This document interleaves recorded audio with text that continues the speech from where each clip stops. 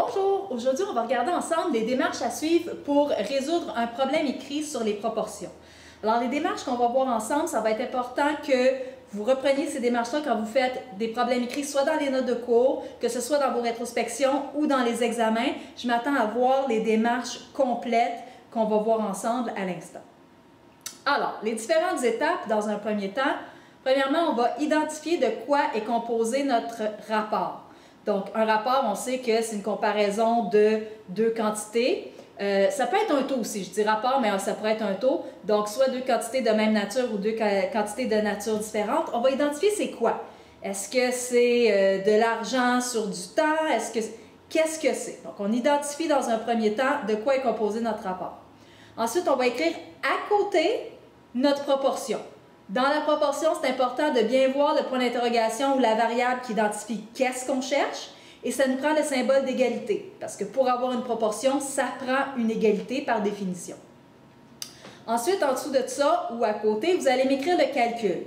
Le calcul, je le veux à l'horizontale, démarche de produit croisé comme vous avez vu dans les notes de cours, mais on va les revoir ensemble. Et après ça, vous m'écrivez la réponse avec une phrase complète et des unités de mesure. On va regarder un exemple ensemble. Alors, dans l'exemple ici, on a Lara qui a payé 18,72 $ pour l'achat de 36 timbres. On veut savoir combien Polo devrait-il payer pour 54 timbres. Nos deux variables ici qui vont entrer en ligne de compte dans notre proportion, c'est le prix qu'elle a payé et le nombre de timbres. Donc, ma première étape, je vais identifier. Dans ce cas-ci, c'est un taux, donc je vais identifier mon taux qui va être le prix en dollars par rapport au nombre de timbres.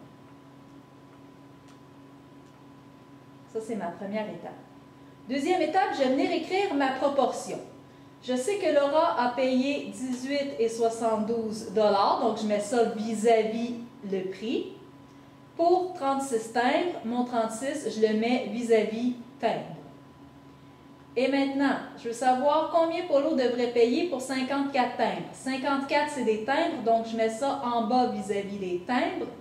Et ce que je cherche, c'est combien il va devoir payer. Donc ici, je mets un point d'interrogation. Je pourrais aussi mettre une variable, donc mettre un X ou une autre variable à la place du point d'interrogation. Mes calculs maintenant. Donc, je fais le produit des extrêmes égale le produit des moyens. Donc, produit des extrêmes, c'est ça ici, 18,72 fois 54, est égal au produit des moyens qui est 36 fois point d'interrogation. Donc, 18,72 fois 54 égale 36 fois point d'interrogation.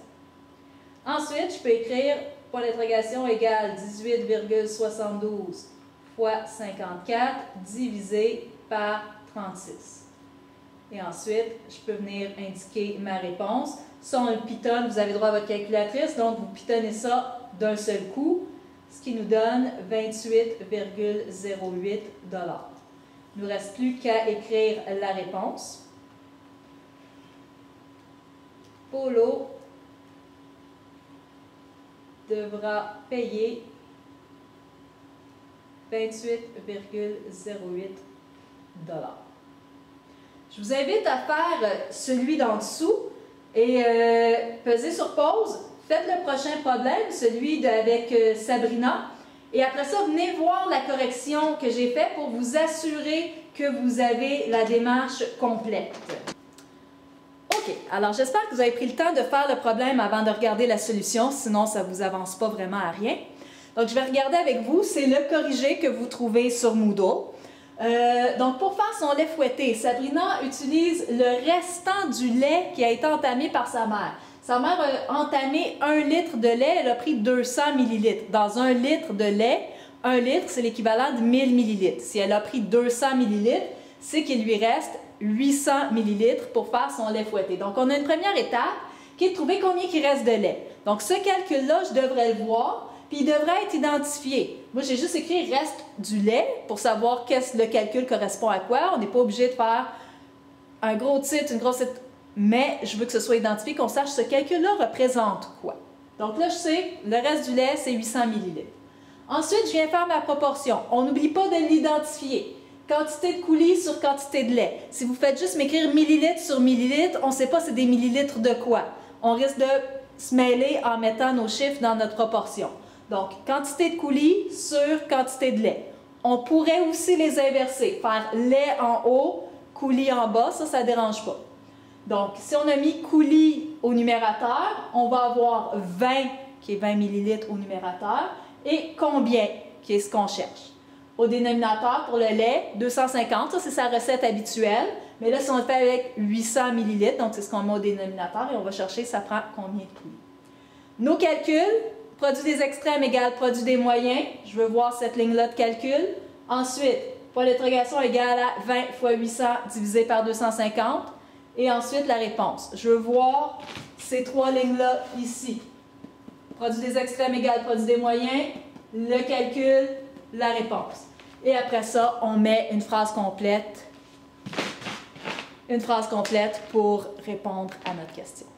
Alors voilà, maintenant je m'attends à voir des belles démarches comme ça dans tous vos exercices quand c'est des situations proportionnelles.